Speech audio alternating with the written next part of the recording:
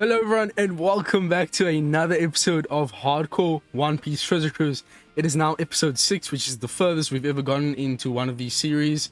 So I'm quite excited with how the progress is looking on the account. I mean, look at our box, it's slowly expanding. We're getting a new character or two every single day. Yesterday we got Saga and also Mihawk. I think. No, we got Mihawk the previous day, but Saga, this guy is gonna be useful for what we're doing today. He is a threshold reducer, which is, I think, the only character in our box that can do that. So, very helpful unit. Because we will be going into parking adventures for the first time on this account.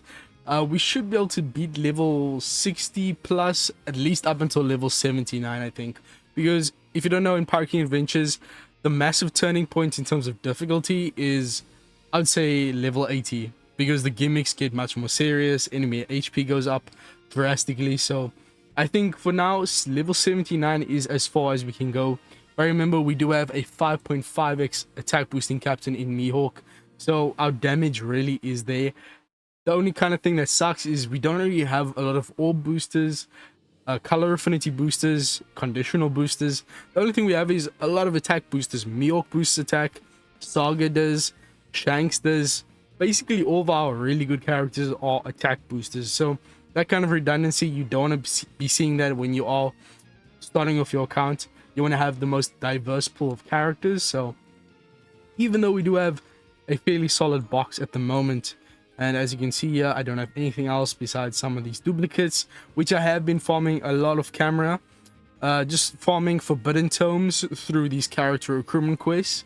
And I've actually gotten quite a few characters max sockets without spending a single forbidden tome. We have this strength Luffy we started off with, of course Mihawk as well. I was able to farm his dupes. And of course, if you're running double Mihawk captains, that will be reflected in the friend captain, in which we have a lot of sockets from having Mihawk maxed. Saga also got completely done. And for a few of these really good characters, I did get them to level 150 using all of the free golden lobsters we get at the start of the game. Now, as you can see here, some of Saga's abilities are still locked.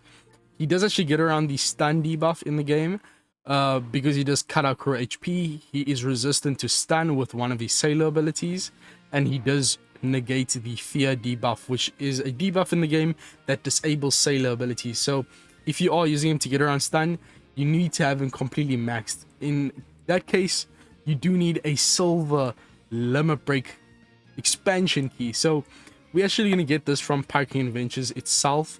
So after playing a bit of Parking Adventures, farming some turtles, we will get our hands on our first silver limit break expansion key. And I think the first character we can expand will be Saga. There's a few other free-to-play characters I have in mind for expansion as well, which we will be tackling in the next video. Next video, we will be tackling the Navy Admirals, all three of their clash bosses, which do give you one of the best, or I would say actually the top 3 free-to-play units that you can get in the game. Yeah, that's going to be quite exciting. Those guys are going to be massive assets to our box, and they are also really good at removing enemy defensive effects, which is something we sorely lack on this account at the moment. So currently we have Luffy, Mihawk, Saga, as well as the Int Law maxed. I didn't get level 150 for Shanks and the Sai Luffy there because I can farm Golden Pound Usopp and get a lot of rally points in the process. I also haven't farmed Shanks duplicates for the Forbidden Tomes, but for this Luffy, tomes are maxed as well, so both of the Luffys we have completely done. Mihawk done, Saga is completely done. I did have to feed Forbidden Tomes in Saga because, I mean, this Colosseum Saga, he's the only Saga unit in Treasure Cruise, so there's no way of farming his duplicates for Forbidden Tomes. It would be a massive waste of stamina. So for these characters that don't really have an alternative for feeding duplicates for sockets, we're just gonna have to use our Forbidden Tomes. But I mean, take a look here, we still have a massive supply of 823 tomes. So another thing I did think about is that for really difficult content where there's poison or inner-turn damage that the enemy deals, we might have to use poison and map damage resistant sockets. And even in extreme cases, we might have to use resilient sockets. So definitely something to keep in mind for harder content. it might be the last resort we need to clear it. But for now, we do have a lot of character recruitment quest characters, those main characters that are making our account strong, and then also, of course, Klahador and Django, which was our single pull of the week for last week. So this character has been somewhat useful. Not the best character in the game, but it is what it is. So before we get straight into this, I also just want to talk about the friend point pool. As you do notice, I did use some of my friend points, but not what you think. I didn't pull on this banner to get free units. I used it on this banner here to get leveling up materials, evolvers, and I think for now this is the easiest way for me to use these points. Remember, they do cap at 20,000, so I want to make sure that before it reaches that point, we do use them for these evolvers. Now, for the 99 pulls I did off camera, I didn't get a single golden lobster, and once again we got quite unlucky, so that kind of sucks, but it is what it is. As you can see, our Rainbow Tavern medals and our Rainbow Gems are looking very good right now. But I did take a look at the gimmicks for Pirate King Adventures, and our team actually works very well for it, because there's going to be Bind and Despair on the final stage. For the bottom row gets Binded, top row of course gets Despair. Our Shanks in the middle row can remove that, and then on stage 4 the enemy has Threshold buff, which can be removed thanks to Saga. So this team should be able to handle up to level 79 fairly easily.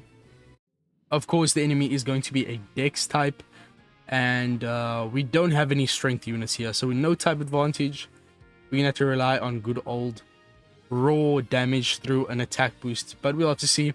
Might have to stall to get our matching orbs. But when it comes to the other mini bosses, so the Dory Broggy and also I think Luffy from the last 2 Pirate King Adventures, I will still fight those bosses, but I'll just auto the quest at a lower level.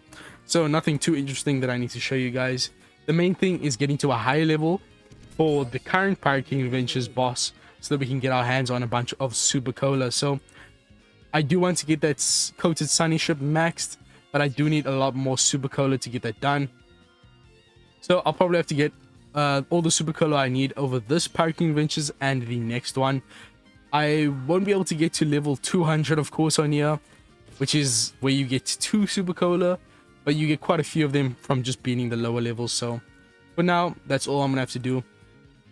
And also I can complete quite a few of the panel missions by raising the buddy levels of Luffy, I think. So just gonna get as many resources as possible on the map, but I just wanted to get this Pirate King Adventures thing started as soon as possible, because of course each day we get our 3 free runs, or permits as they call them, and the longer we delay this, the harder it's going to be for me to complete the Chopperman missions, which tell me that I need to collect any type of Rainbow Heim turtle. So hopefully we can get it done by the end. If I'm autoing all these quests, it shouldn't be too hard, even without any boosters. But as I said, look on the to-do list. I am going to be buying quite a few characters from the Pirate King Adventure shop, which will allow me to get some boosted characters, which could increase how many Heims we get in our quest. But we can go straight into level 60, so that's pretty cool. So yeah, this is the team. I'll just use the host ship, why not? It could give us an orb boost for the final stage, which, I mean, I don't think even is necessary, but we'll just see how it goes. Of course, no friends on my list. I'm just using my own friend captain. But yeah, Mihawk 5.5x. It's a massive jump from where we were at the start.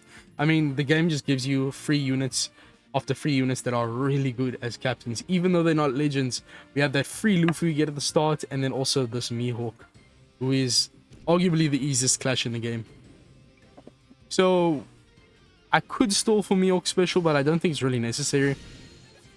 Saga's cooldown is also exceptionally low, so I don't think we actually need to do any stall here. I think we can just blitz through it and kill the enemy on the final stage. Of course, there is going to be a stronger enemy for stage 3 and 4, but we have type advantage here with our Mihawks. We can swap into Django for type advantage there as well. There is burn, but I saw it's only 5,000 per perfect, so really nothing too concerning. Bit of lag there.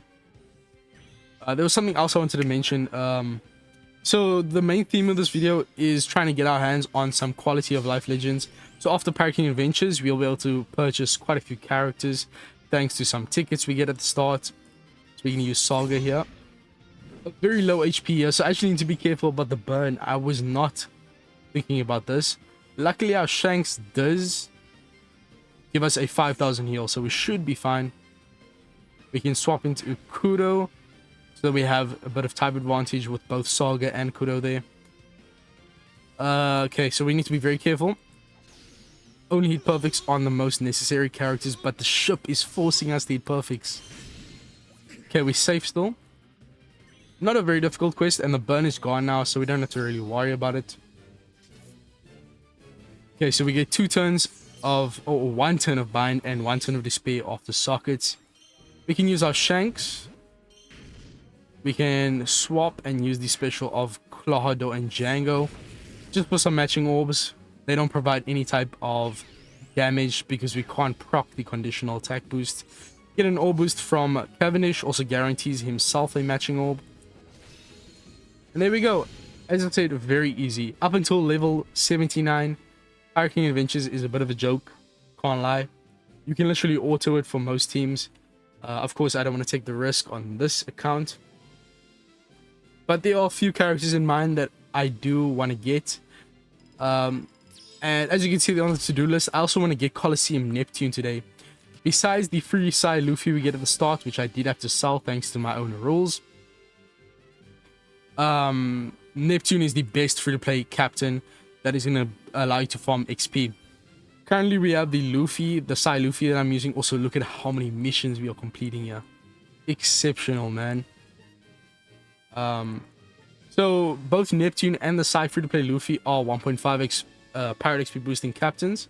The only thing about that Psy Luffy at the start is that you need to, I think, Limit Break expand him to actually get the highest Pirate XP boost. So Neptune's a lot more accessible. You don't need to have him maxed or anything. And of course, I can't use that Luffy, so I'm gonna go for Neptune. Hopefully, we can beat the lowest Colosseum, similar to how we did it with Saga.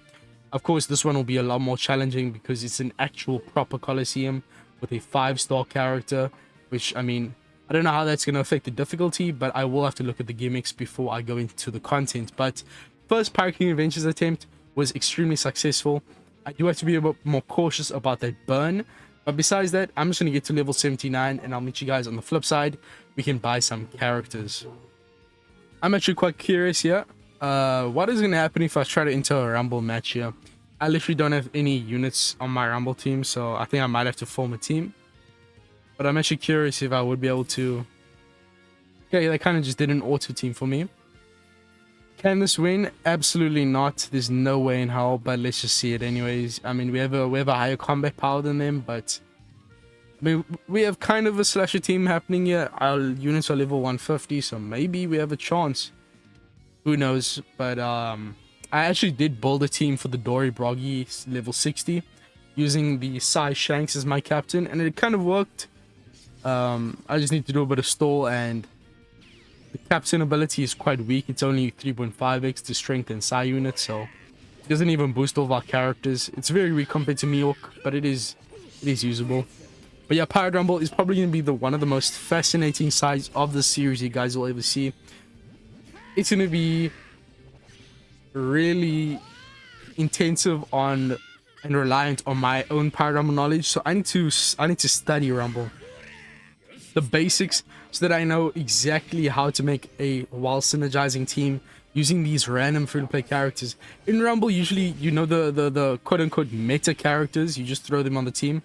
You have a lot of preset teams that everyone uses, so it's easy to know kind of where to start. But for me, on this account, I'm gonna have to learn units, what they do. And we're actually kind of winning this battle, which is pretty interesting. What is Shanks gonna do? An HP cut. HP cut is the best thing they can do to us. Okay, Luffy has some good damage. 2,000, 3,000 fixed damage. That's pretty good. Slasher team is definitely gonna be the one I try and start with, but it's gonna be quite the challenge, which is kind of the whole point of the series, right? But we did actually win. That's pretty cool.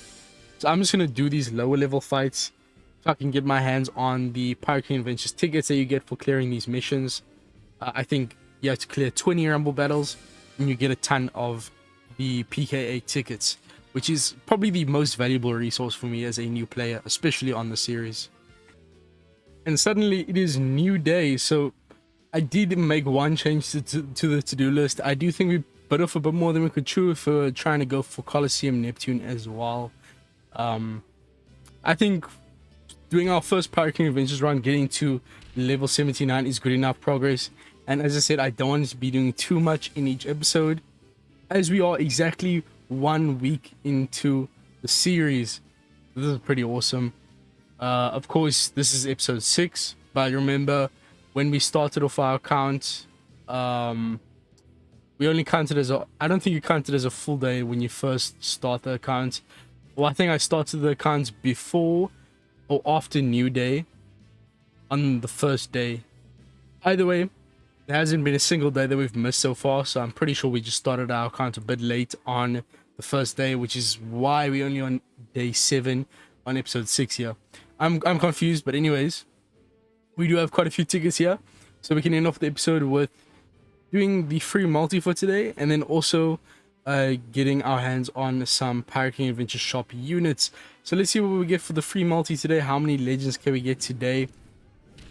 I actually think I might have missed day 4, if I'm being honest, because you have to be very careful with these. They aren't going to wait for you. If you miss a day, you will lose a free multi. You have to be really careful, especially with day 5 and day 10, since those ones guarantee you a Super Sugo unit instead of just a regular Sugo rare character. So let's see what we can get. Yesterday we got Frankie and Kaido versus Luffy. Both of those units are exceptional and they work together. They would carry you on a new account. Animations are looking pretty mid, because remember we do get a guaranteed legend here. And we see one in the middle, another 5k rally points. Come on. Nothing. Okay, I'll see you guys on the 11th poster then. Okay, here we go, the 11th poster. So honestly, I'm just imagining how insane it would be if, of course, we know Emmet is coming, the giant robot. He's going to be coming for the New Year's banner alongside Nika Bonnie. Imagine from our single pool of the week, we get one of those two.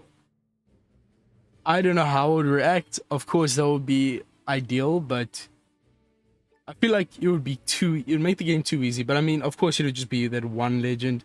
I think even if we do eventually end up pulling a very strong legend from the single pool of the week, then it still won't be like too overpowered for the account, because it's just that character. It's not just a top tier legend that makes your account good, it's also the rare recruits you have alongside them. The free-to-play characters, of course, which is what our main focus is going to be. By the way, 77 tickets. Characters here are quite expensive. There are 2 characters I'm thinking of. The first one is going to be this Buggy. But I think since we are focusing on Colosseum next episode, I'd rather focus on getting all the quality of life units in next week, tomorrow's episode, where we can get our hands on this Buggy, who is a dupe dropping captain. Colosseum Neptune is an XP farming captain. And then also the Kanjuro and Orochi, which is going to be our best berry boosting captain on a new account. All 3 of these units are great for quality of life. Kanjuro Orochi is definitely the one I care about right now the least, since I'm not really doing berry farming. There's not a need right now. Once I get the Coated Sunny to level 12, then I will be a lot more active in terms of farming berries, in which case this unit will be great. They are a 4x attack boosting captain for Driven and Powerhouse as well, so they are very usable besides their berry boosting capabilities. But I think I'd rather focus on 2 other units for now. The first one is going to be, I would say, this Luffy. The issue is that he's only really good when you feed in dupes. He is one of the, I think, the only Pirate King Adventures shop unit that does have level limit break, but he would be exceptional for the Kizuna Clash. He does give a 3-turn chain lock, which we are in dire need of right now. We need someone who's going to do something similar, but I obviously don't have the enough tickets to get 10 copies of him. It's ridiculous. So I think what I'm going to do is, I want to get this this white beard. He'd go amazingly on my slasher team. But the issue is his chain lock is only 2 turns, not 3 turns, so it's not quite good enough. I also want to get this Kaido, since he does act as a really strong captain for Driven and Powerhouse. this kid in lore does provide a 3-turn chain boundary. The issue is that your captain needs to be cerebral or striker, and we are using Mihawk as our captain for the Kizuna clash, so he won't work. He's not a cerebral or a striker character. I could get Jack. Jack could work. He's not a slasher, but he does provide the chain. But regardless, the one character I did want to get is going to be Odin. There's the Roger that came alongside Odin as well. The reason I'd rather get Odin is because Roger requires duplicates to be really good. So this guy, he should be fine without those. A big reason I wanted to get him is simply just because he does have an ink effect. Of course, without legends, we don't really have access to a lot of characters to ink effect. But I think besides that, Odin, there's only about 3 other free-to-play characters that do have an ink effect, and we do need to give someone an ink effect to clear some of the panel missions. So getting Odin mainly for that, but he's also a really good character. He does a lot of damage in his special, but he also reduces enemy barriers by 3 turns. He's one of the best barrier reducers in the game, including all the pullable characters. He's pretty good to have just there, but he doesn't do much besides the removing the barrier. He does, I think, have end of turn damage. He does something else, I can't remember though. But unfortunately, I do need to get Odin's Super Evolution Skulls before he is capable of ink effect. But once he does get that, which we can get from Kizuna, it is going to cost quite a bit of Kizuna insignia, I think 100 of those. But if we do get some decent progress in Kizuna, it definitely will be possible. But as you can see here, he extends orb boost as well.